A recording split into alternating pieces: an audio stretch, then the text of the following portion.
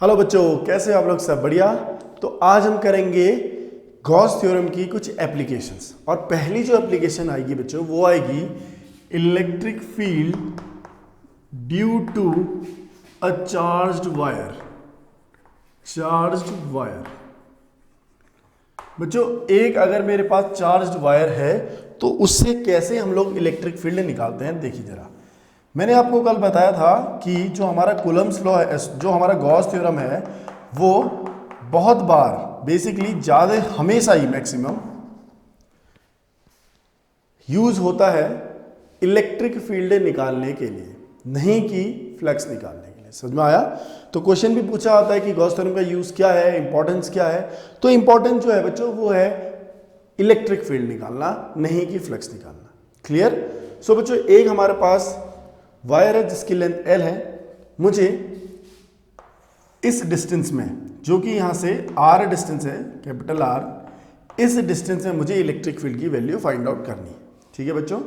तो मैं क्या करूंगा, इस वायर को सबसे पहले मैं क्लोज करूंगा। समझ में आया? इस वायर को मैं क्या करूंगा, क्लोज, क्योंकि क्लोज नहीं है। तो क्लोज करने के लिए बच्चों मुझे एक सरफेस की जरूरत होगी, और उस सरफेस को हम लोग कहेंगे गॉसियन सरफेस। क्या बोलेंगे बच्चों?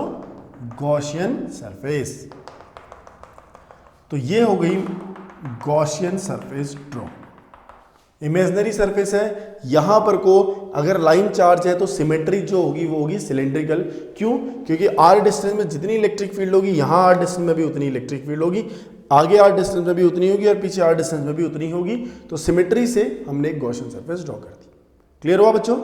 तो अब देखते हैं, अगर मैं यहां पर को गॉस थ्योरम लगाऊं, cyclic integration phi is equal to cyclic integration of E dot D S is equal to Q divided by epsilon naught. ये हमारे पास निकल के आती है गॉस थ्योरम। क्लियर है?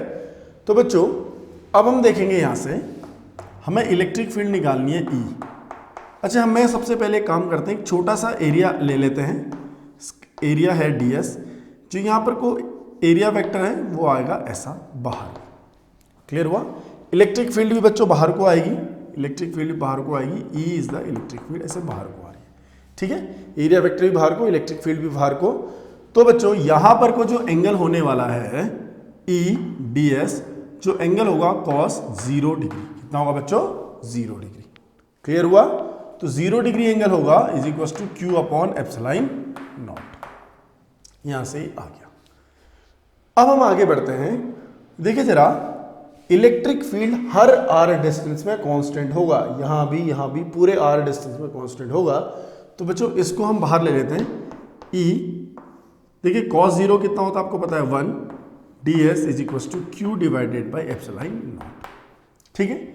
और एक और चीज बच्चों, जब भी हमारा चार्ज किसी लाइन में डिस्ट्रीब्यूट होता है तो वहां पर को हम चार्ज डेंसिटी लेते हैं lambda. Let charge density be lambda. कितनी होगी बच्चों? लैम्डा। सो लैम्डा कितना होगा बच्चों? Charge upon length. चार्ज पर यूनिट लेंथ क्या होगा? Charge density. तो यहां से अगर मैं इसका इंटीग्रेशन करूं, साइक्लिक इंटीग्रेशन करूं, इसका मतलब पूरा जो इंटीग्रेशन आएगा वो इस स्फीयर के, इस सिलेंडर का जो एरिया आएगा that is 2 pi r into H. Height क्या है बच्चों इसकी? L है, इज इक्वल टू Q कितना है बच्चों? यहां से lambda into L divided by epsilon not. L से L कैंसिल आउट हो गया, तो इलेक्ट्रिक फील्ड कितनी आ गई बच्चों यहां पर को? Lambda divided by 2 pi epsilon not into r। ये आ गई हमारी इलेक्ट्रिक फील्ड। क्लियर हुआ? तो ये इलेक्ट्रिक फील्ड आ गई at a distance r from a charge wire. ठीक है? अब देखेंगे बच्चों, इलेक्ट्रिक फील्ड जो है इनवर्सली प्रोपोर्शनल है r से। ठीक है? तो जितना इलेक्ट्रिक फील्ड, जितना हमारा r ज्यादा होगा उतना ही इलेक्ट्रिक फील्ड क्या होगा? कम होगा। तो अगर हमें ग्राफ कभी बनाने को आएगा इस r का और इलेक्ट्रिक फील्ड का, तो ये जो ग्राफ होगा बच्चों कुछ ऐसा होगा। समझ में आया? तो ये ग्राफ ऐसा होगा, और ये है किसी इलेक्ट्रिक फील्ड निकालना, किसी से भी इलेक्ट्रिक फील्ड निकालना चार्ज वायर से। अब हम यहां पर देखेंगे बच्चों, हमने फ्लक्स इन पोर्शन से नहीं लिया, ये टॉप सरफेस से और ये बॉटम सरफेस से हमने फ्लक्स नहीं लिया।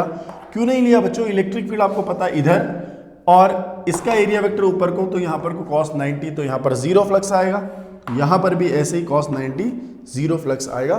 तो जो सरफेस फ्लक्स में कंट्रीब्यूट करेगी वो सिर्फ और सिर्फ लेटरल सरफेस होगी या कर्व्ड सरफेस होगी, टॉप और बॉटम की सरफेस फ्लक्स में कंट्रीब्यूट नहीं करेगी। So electric field will be this at a distance r from a charge wire. Clear हुआ? तो ये तो था चार्ज वायर के कारण इलेक्ट्रिक फील्ड। अब हम आगे बढ़ते हैं बच्चों, और इसके बाद हम लोग देखेंगे कि अगर मेरे पास कोई प्लेन शीट है, यूनिफॉर्म शीट है, तो वहां पर को कितना इलेक्ट्रिक फील्ड निकल के आ रहा है। तो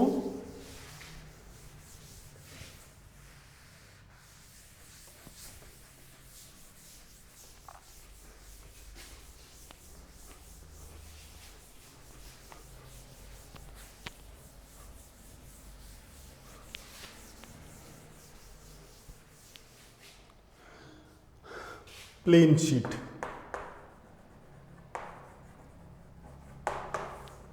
बच्चों एक प्लेन शीट है मेरे पास, यूनिफॉर्मली चार्ज प्लेन शीट है, ठीक है, यूनिफॉर्मली चार्ज प्लेन शीट। देखिए जरा, एक ही प्लेन शीट है, इनफाइनाइट लॉन्ग है, मैं यहाँ इनफाइनाइट लॉन्ग लिखना नहीं लिखा है मैंने, इनफाइनाइट लॉन्ग है तो ये बहुत ही थिन होगी, बहुत पतली सी ये शीट होगी, तो बहुत थिन शीट है। तो मुझे बच्चों यहां से लेकर इस डिस्टेंस पे इलेक्ट्रिक फील्ड निकालना है। सपोज यहां से लेकर मैं मान लेता हूं यहां से इधर ये r डिस्टेंस में इलेक्ट्रिक फील्ड निकालना है। तो बच्चों बहुत थिन शीट है, चार्ज में q है,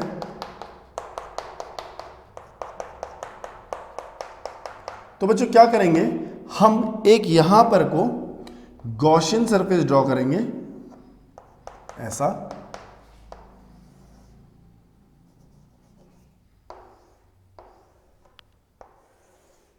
आपको इस पॉइंट में निकालनी लेट्स से इलेक्ट्रिक फील्ड,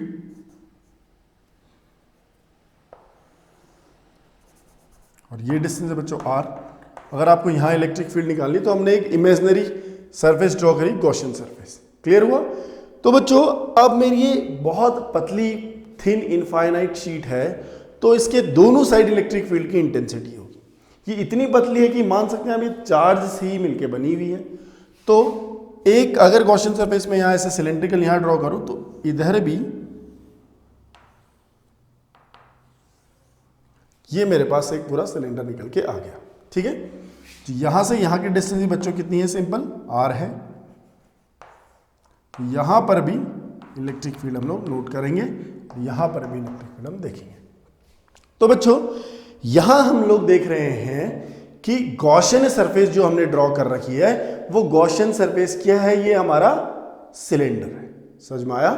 तो हम अपनी गॉस थ्योरम लगाएंगे, phi is equals to cyclic integration of E dot D S is equals to Q upon epsilon naught. समझ में आया? अब बच्चों जैसे हमने पहले वाले क्वेश्चन में चार्ज डेंसिटी लैम्डा ली थी, क्योंकि वहां पर को चार्ज एक लाइन में डिस्ट्रीब्यूट था, लेकिन यहां पर को चार्ज इसी एरिया में डिस्ट्रीब्यूट है, तो हम यहां पर को चार्ज डेंसिटी लेंगे sigma. Let charge density be sigma. So बच्चों सिग्मा जो होगा वो होगा चार्ज पर यूनिट एरिया, चार्ज पर यूनिट एरिया। क्लियर हुआ? तो हम जब फ्लक्स निकालेंगे, फ्लक्स टोटल हम लोग निकालेंगे, तो यहां पर को आएगा बच्चों फ्लक्स लेफ्ट, फ्लक्स राइट। तो फ्लक्स लेफ्ट के कारण भी आएगा, फ्लक्स राइट के कारण भी आएगा, ठीक है। तो फ्लक्स लेफ्ट के कारण कितना होगा बच्चों, देखो यहां ये राइट के कारण ले लेते हैं पहले। राइट में कितना होगा फ्लक्स, देखिए एरिया वेक्टर कहां को है, बाहर को है, और इलेक्ट्रिक फील्ड भी कहां को है बच्चों, बाहर को है। तो यहां पर को दोनों में जो एंगल है वो कितना है, 0 है। तो जो फ्लक्स राइट में आएगा बच्चों कितना आएगा, ई ए। ऐसे ही यहां देखेंगे इलेक्ट्रिक फील्ड कहां को है, बाहर को है, एरिया वेक्टर भी बाहर को है, दोनों सेम है, तो यहां पर भी कितना आएगा बच्चों, ई ए आएगा। तो जो टोटल फ्लक्स आ गया वो कितना आ गया, 2 e a। तो फाई टोटल जो आया वो कितना आएगा, 2 e a। समझ में आया? अब हमें पता है गॉस थ्योरम क्या होती है बच्चों, phi is equals to q divided by epsilon naught. Clear हुआ? तो फाई जो हमारा आया 2 e a आया, और जो चार्ज है बच्चों, जो चार्ज है जो चार्ज निकलेगा वो कितना आएगा सिग्मा इंटू ए, क्योंकि इस पूरे एरिया में डिस्ट्रीब्यूट हमारा चार्ज, तो यहाँ पर को आएगा बच्चों sigma into A divided by epsilon naught. ये हमारा ए से कैंसिल हो गया, तो इलेक्ट्रिक फील्ड की जो वैल्यू निकल के आ रही है वो आ रही है बच्चों E is equal to sigma divided by 2 epsilon naught. समझ में आया आपको? तो यहाँ पर को जो हमारी इलेक्ट्रिक फील्ड आ रही है इस प्लेट के कारण वो आ रही है sigma upon 2 epsilon naught. Clear? यहाँ पर को ध्यान देने वाली बात बच्चों ये है कि ये जो इलेक्ट्रिक फील्ड है this is independent of distance. इस जो R हमने कंसीडर किया इससे इंडिपेंडेंट है। देखिए R वाला टर्म इसमें नहीं आ रहा है। समझ में आया? तो आप चाहे यहां पर निकालें, यहां पर निकालें, यहां पर निकालें, ये इलेक्ट्रिक फील्ड इंटेंसिटी इतनी ही आएगी। क्लियर हो गया ना? तो ये सिर्फ एक चार्ज थिन चार्ज प्लेट है जो कि इनफाइनाइट लंबी है, तभी जितनी लंबी होगी उतनी थिन रहेगी। तो उसके कारण इलेक्ट्रिक फील्ड की इंटेंसिटी हमारी ये आ गई, जहां पर को हमने चार्ज इसमें पॉजिटिव चार्ज ही दिया था। अब देखते हैं बच्चों, अगर हमारे पास एक से ज्यादा प्लेट है, अगर हमारे पास एक से ज्यादा प्लेट हैं तो कैसी रहती है इलेक्ट्रिक फील्ड की वैल्यू, जरा समझते हैं इसको। देखिए इसी का स्पेशल केस देखिए, अगर हमारे पास ऐसी दो प्लेट है बच्चों, ठीक है,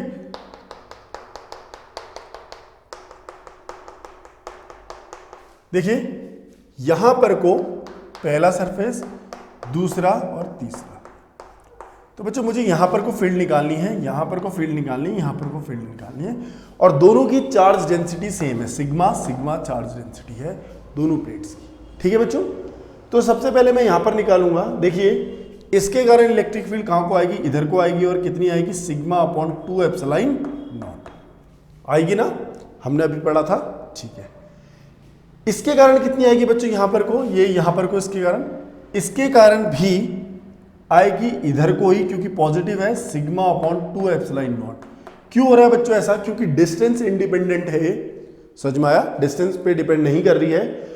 इसके कारण भी इधर को, इसके कारण भी इधर को, तो नेट जो इलेक्ट्रिक फील्ड आई बच्चों है, दोनों को ऐड कर दो तो sigma upon epsilon naught electric field आ गई मेरी इस पॉइंट पर।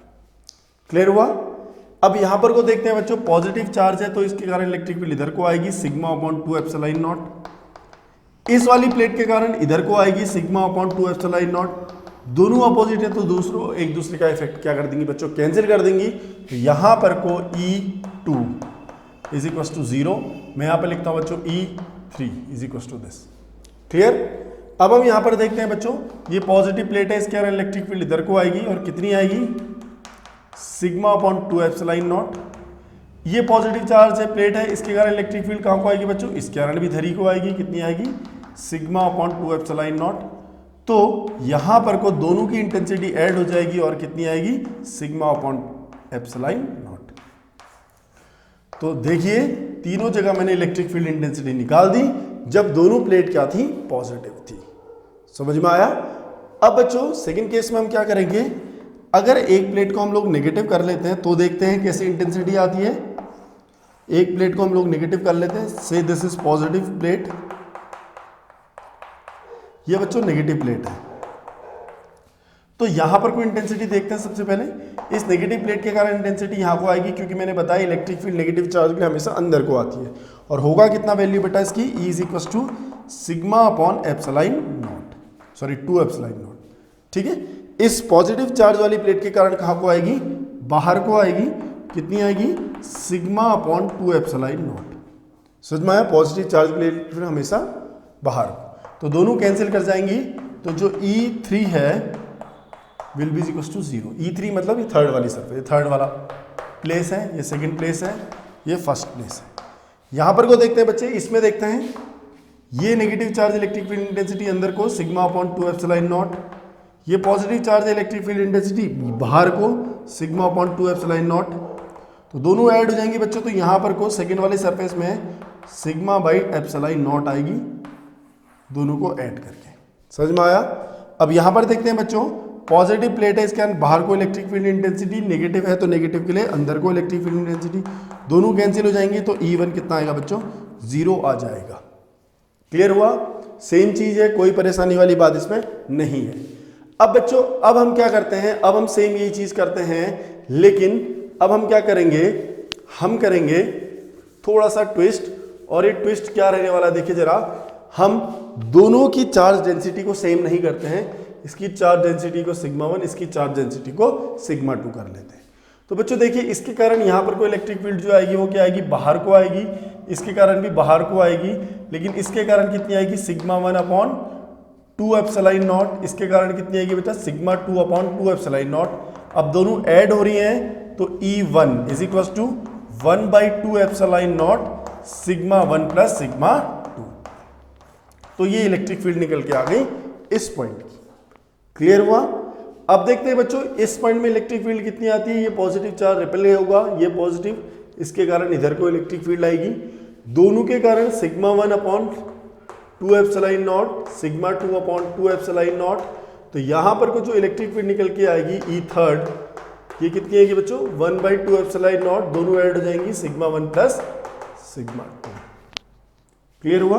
तो यहां पर भी दोनों ऐड हो रही है। अब यहां पर को जहां पर पहले 0 आ गया था इलेक्ट्रिक फील्ड, इसके कारण इधर को कितनी आएगी बच्चों, सिग्मा 1 अपॉन 2 एप्सिलॉन नॉट, इसके कारण इधर को सिग्मा 2 अपॉन 2 एप्सिलॉन नॉट। तो यहां पर को अब जो इलेक्ट्रिक फील्ड आएगी दोनों का सब्सट्रैक्ट करेंगे हम, E सेकेंड जो आएगी बच्चों वो आएगी 1/2 एप्सिलॉन नॉट, हम मान लेते हैं sigma 1 is greater than sigma 2, so sigma 1 minus sigma 2 आ गया। क्लियर हुआ बच्चों? ये चीज यहां पर को निकल के आ गई। ठीक है, तो अगर हमने देखा कि चार्ज डेंसिटी सेम होगी तो इलेक्ट्रिक फील्ड कितनी आएगी दो प्लेट्स के बीच में, अगर चार्ज डेंसिटी डिफरेंट होगी तो इलेक्ट्रिक फील्ड कितनी आएगी दोनों प्लेट्स के बीच में। तो ये था कि प्लेट अगर हमारे पास है कोई चार्ज प्लेट तो इलेक्ट्रिक फील्ड कितनी आती है, ये हमने कर लिया। तो बच्चे आगे बढ़ेंगे और आगे बढ़ने के साथ ये देखेंगे कि अगर हमारा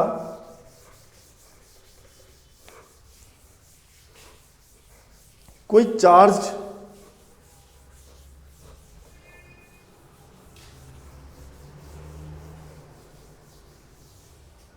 बच्चों देखो अगर हमारे पास कोई चार्ज स्पेयर है, ये चार्ज स्पेयर है, तो ये चार्ज स्पेयर बच्चों हॉलो है या सॉलिड है। हॉलो होगा और सॉलिड होगा तो क्या होगा, हॉलो अगर ये होगा तो सारा का सारा चार्ज आउटवर्ड में आ जाएगा। ठीक है, अगर सॉलिड होगा तो चार्ज सारा अंदर आ जाएगा।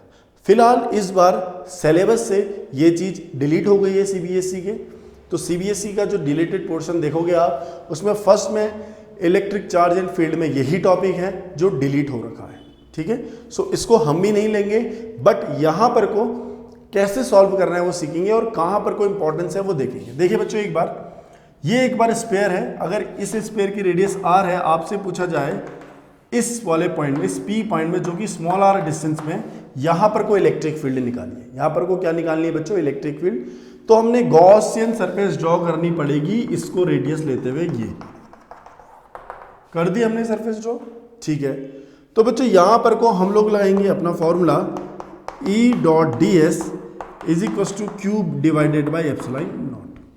ठीक है, तो मेरा जो मेन एम था ये चीज बताने का वो ये था कि बच्चों जो ds होता है ये हमेशा गॉसियन सरफेस का एरिया होता है, गॉसियन सरफेस का एरिया होता है। क्लियर हुआ?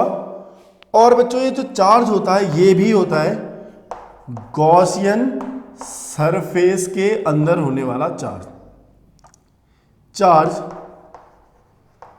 इनसाइड। तो बच्चों ये जो चार्ज होगा ये होगा charge inside Gaussian surface, Gaussian surface के अंदर वाला चार्ज होगा Q, और ये जो ds होगा ये होगा गॉसियन सरफेस का एरिया। क्लियर हुआ?